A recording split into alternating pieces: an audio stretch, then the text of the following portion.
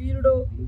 అదే విధంగా ఈ దేశాన్ని 200 సంవత్సరాలు పట్టి పీడించినటువంటి బ్రిటిష్ యొక్క నియంతృత్వ పాలనకు వ్యతిరేకంగా విరోచితంగా తను తన కుటుంబంతో పాటు మన్యంలో ఉన్నటువంటి ప్రతి ఆదివాసేతర బిడ్డలందరినీ కూడా బ్రిటిష్ వారి దోపిడీకి వ్యతిరేకంగా పోరాటంలో భాగస్వామ్యం చేసినటువంటి మహనీయుడు, ప్రజల కోసమే పోరాడి మరణించినటువంటి మరి కీర్తిశేషులు పెద్దలు గౌరవ పోరాట వీరుడు అల్లూరి సీతారామరాజు గారి యొక్క 127వ జయంతి సందర్భంగా ఈ రోజు క్షత్రియ సేవా సమితి ఆధ్వర్యంలో పెద్దలందరూ కూడా ట్యాంక్ బండ్ మీద ఉత్సవాన్ని నిర్వహించడం మాకందరికి చాలా సంతోషదాయకం.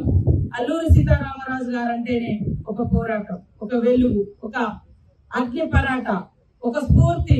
మరి ఆ రోజులలో అడవులలో జీవించేటువంటి వాళ్ళ కోసం ఏదో తన కుటుంబమో తన కులమో తన ఇదని కాకుండా ఎక్కడైతే అణచబడుతున్నారో ఆదిమ జాతి బిడ్డల హక్కుల కోసం బ్రిటిష్ వారికి వ్యతిరేకంగా పోరాడి మరి హక్కులను కాపాడుతూ ఈ క్రమంలో కనుమూసినటువంటి మహనీయుడు అమరజీవి అల్లూరి సీతారామరావు గారి యొక్క ఆశయాలను ఎప్పుడు కూడా మేము గుర్తు పెట్టుకుని మరి భవిష్యత్ తరాలకు అందిస్తామని తెలియజేస్తూ ఖచ్చితంగా పార్లమెంట్ లో కూడా ఈ యొక్క తెలుగు ప్రాంతాల నుంచి వచ్చినటువంటి మహనీయుడు మన్యం వీరుడిగా పేరుగాంచినటువంటి అల్లూరి సీతారామరాజు గారి యొక్క విగ్రహాన్ని ప్రతిష్ఠింప చేయాలని కూడా ఈ సందర్భంగా కేంద్ర ప్రభుత్వాన్ని కోరుతున్నాము. తప్పకుండా మహనీయుల యొక్క స్ఫూర్తి, వారి యొక్క జీవిత చరిత్ర భవిష్యత్ తరాలకు అందించినప్పుడే ఈ సమాజంలో ఒకరి కోసం ఒకరు పనిచేయాలన్నటువంటి ఆలోచన దృక్పథం ఉంటుంది.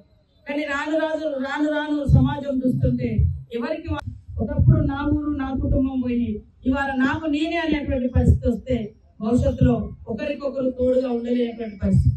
కాబట్టి అల్లూరి సీతారామరాజు గారి యొక్క జీవితం ఇతరుల కోసం ప్రాణ త్యాగం చేసినటువంటి పరిస్థితి.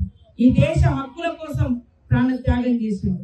తన కోసం కాదు, తనని నమ్మినటువంటి ప్రజల కోసం త్యాగం చేసినటువంటి మహనీయుడు అల్లూరి సీతారామరాజు గారు.